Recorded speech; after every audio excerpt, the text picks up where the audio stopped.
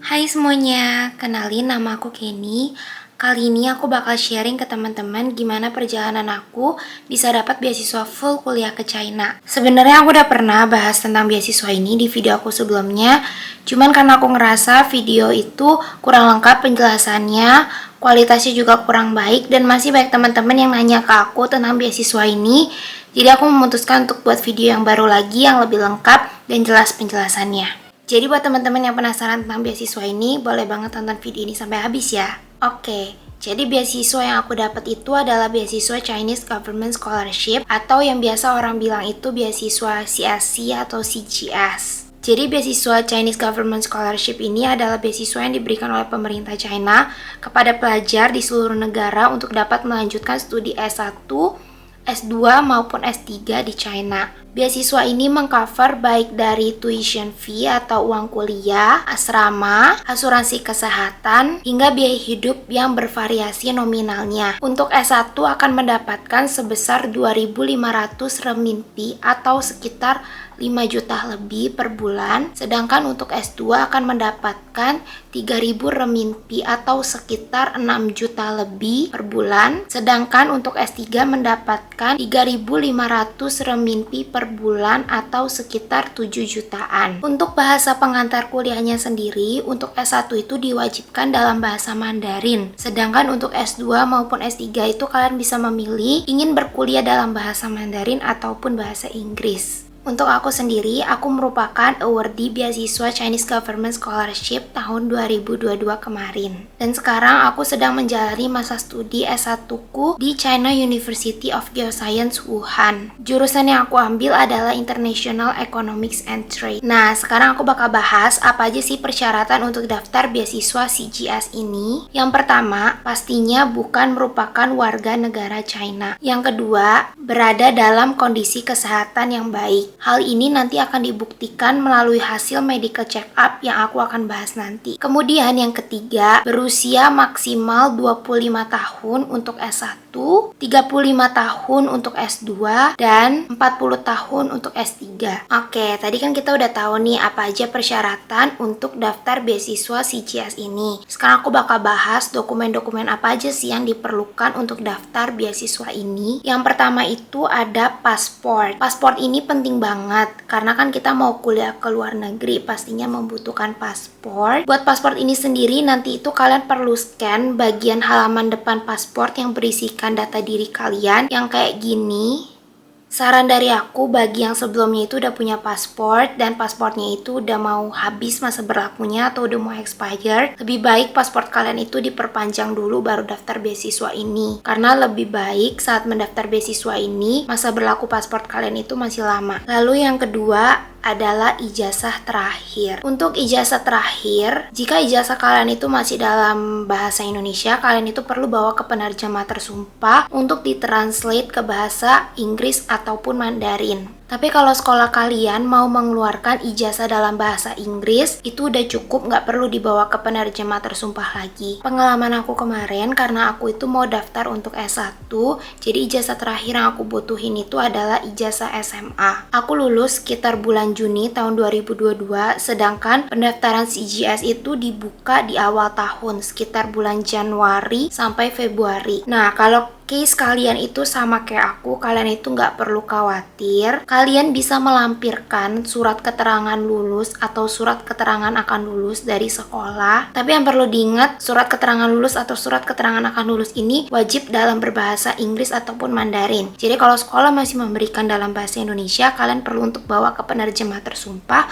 untuk ditranslate terlebih dahulu. Kemudian yang ketiga adalah transkrip akademik. Untuk transkrip akademik sendiri, kalian itu bisa minta ke sekolah kalian untuk dibuatkan transkrip akademik, dan transkrip akademik ini tuh wajib dalam bahasa Inggris ataupun bahasa Mandarin. Jadi jika transkrip akademik yang kalian punya masih dalam bahasa Indonesia, perlu untuk dibawa ke penerjemah tersumpah lagi untuk ditranslate. Tapi jika sekolah kalian itu nggak mau atau nggak bisa mengeluarkan transkrip akademik, kalian itu bisa buat transkrip akademik sendiri kayak aku kemarin. Jadi kemarin itu aku ambil nilai-nilai aku dari semester 1 sampai semester 5, yang berarti itu dari SMA 1 sampai SMA 3 semester 1. Nah, nilai-nilai yang aku kumpulin itu aku masukin ke template transkrip akademik yang aku buat, dan aku ada share juga di description box di bawah. Transkrip ini aku buat, kemudian aku bawa ke sekolah aku, dan aku minta cap dan tanda tangan dari sekolah supaya transkrip akademik ini sah.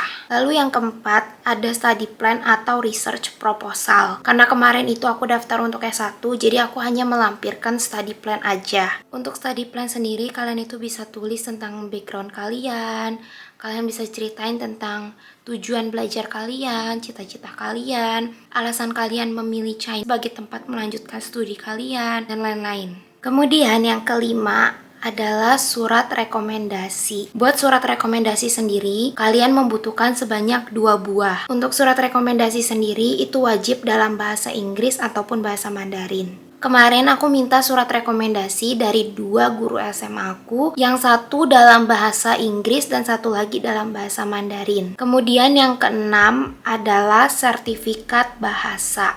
Untuk sertifikat bahasa ini sebenarnya kalau kalian lihat di website CGS, itu opsional atau tidak mewajibkan kalian untuk melampirkan sertifikat bahasa ini. Tapi saran dari aku, sertifikat bahasa ini merupakan sesuatu hal yang wajib untuk kalian lampirkan. Kalau bisa, sertifikat bahasa ini disesuaikan dengan bahasa pengantar yang kalian gunakan untuk kuliah kalian. Misalnya kalian itu memilih untuk kuliah dalam berbahasa Mandarin, kalian boleh sertakan sertifikat bahasa Mandarin seperti HSK. Kemudian jika kalian berencana untuk kuliah dalam bahasa Inggris, kalian boleh melampirkan sertifikat bahasa Inggris seperti TOEFL ataupun IELTS. Karena menurutku hal ini akan sangat memperbesar peluang kalian untuk keterima beasiswa ini. Kalau di kasus aku kemarin, karena aku itu daftar untuk S1 yang dimana bahasa pengantarnya itu wajib dalam bahasa Mandarin, jadi aku melampirkan sertifikat HSK 4. Kemudian yang ketujuh adalah SKCK atau surat keterangan catatan kepolisian.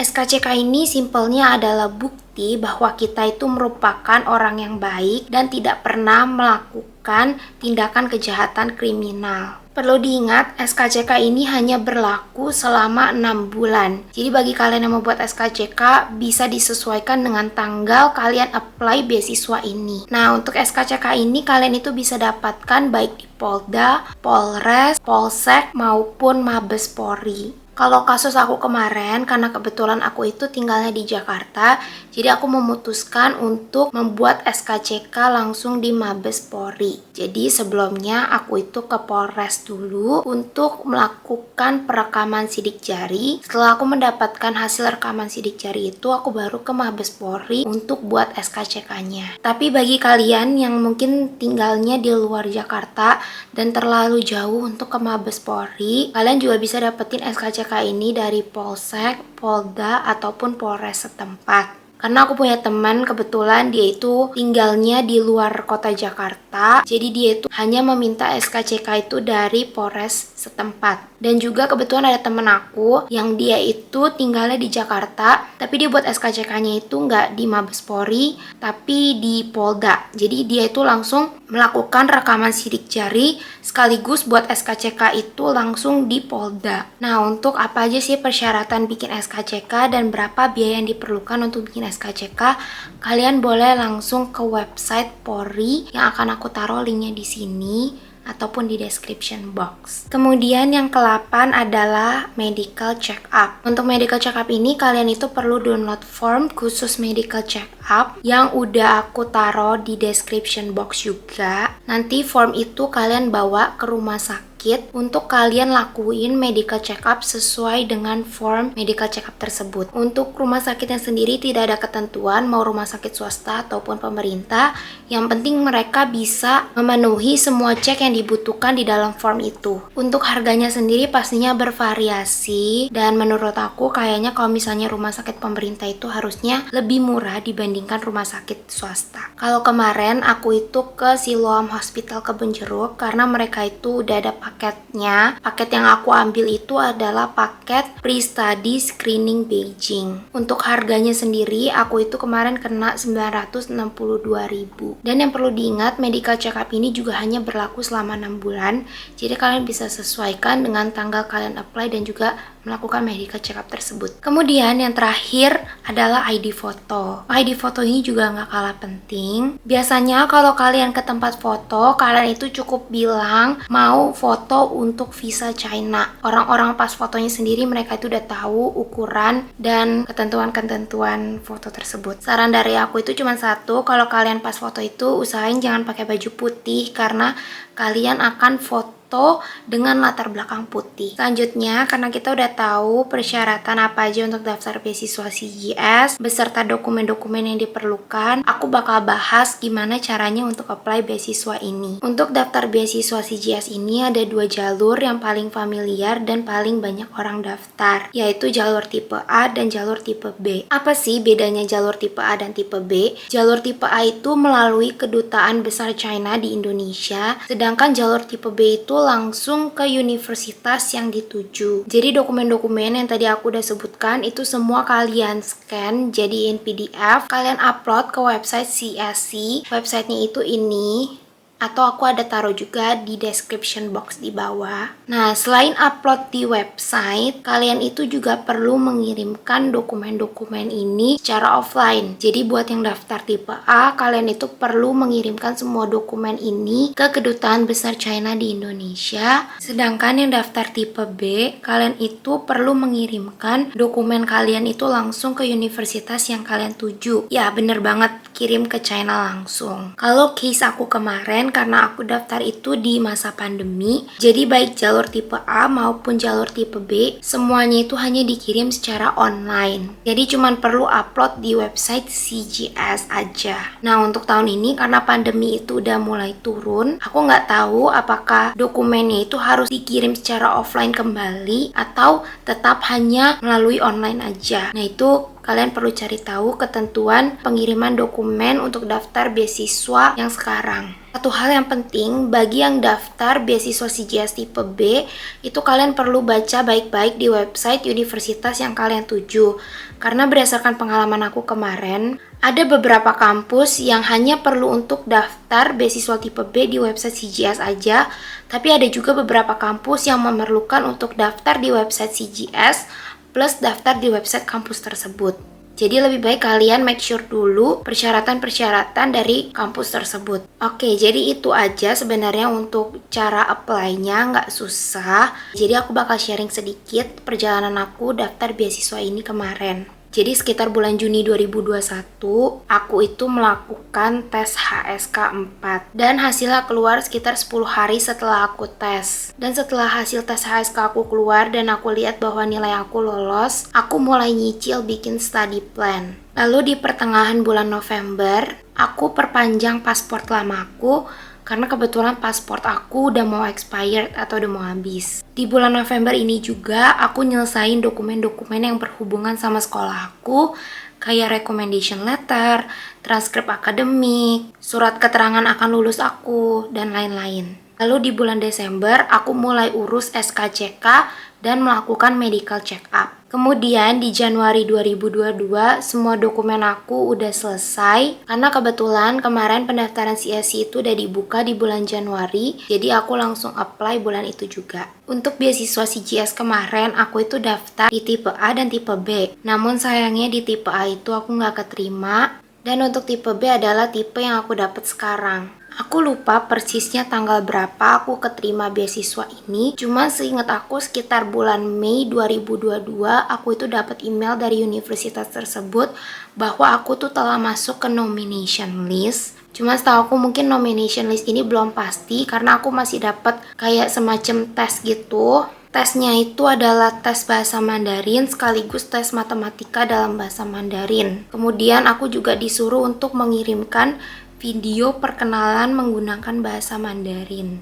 Lalu setelah aku kumpul dan aku nyelesain semuanya, sekitar bulan Juni atau Juli tahun 2022 kemarin, aku itu dapat email lagi dari kampus tersebut bahwa aku keterima di kampus tersebut dengan full scholarship CGS tipe B. Dan itu adalah alasan kenapa sekarang aku berada di China. Nah, buat tips and triknya dari aku aku, berdasarkan pengalaman aku dan apa yang aku lihat, kayaknya itu semua itu bergantung pada kemampuan di kalian masing-masing. Jadi maksudnya begini, sebaiknya kalian itu kalau daftar, kalau bisa kemampuan kalian itu di atas dari persyaratan kampus yang kalian daftar. Misalnya, kampus kalian itu meminta rata-rata nilai kalian di atas 70. Kalian bisa membuat nilai kalian itu 80 atau di atasnya. Atau contoh kedua misalnya, kampus kalian itu meminta minimal itu HSK 3. Kalian itu bisa melampirkan HSK 4 karena semakin tinggi HSK kalian, akan semakin besar peluang kalian untuk keterima. Kemudian untuk study plan juga menurut aku penting banget. Jangan tulis study plan itu terlalu bertele-tele. Kalau bisa to the point dan unik. Jadi kalian bisa ngubah kata-kata yang ingin kalian ucapkan itu dengan bahasa yang lebih nggak biasa. Menurut aku untuk tips and triknya cukup itu aja dari apa yang aku lihat dan aku survei. Buat teman-teman yang masih ada pertanyaan tentang beasiswa CGS, boleh banget komen di bawah. Nanti aku akan bantu untuk jawabin pertanyaan-pertanyaan dari kalian. Segitu aja video dari aku mengenai beasiswa CGS ini. Kalau kalian punya rekomendasi video buat aku, boleh banget komen di bawah. Karena akan jadi ide buat aku untuk bikin video ke depannya. Sampai ketemu di video selanjutnya. Bye!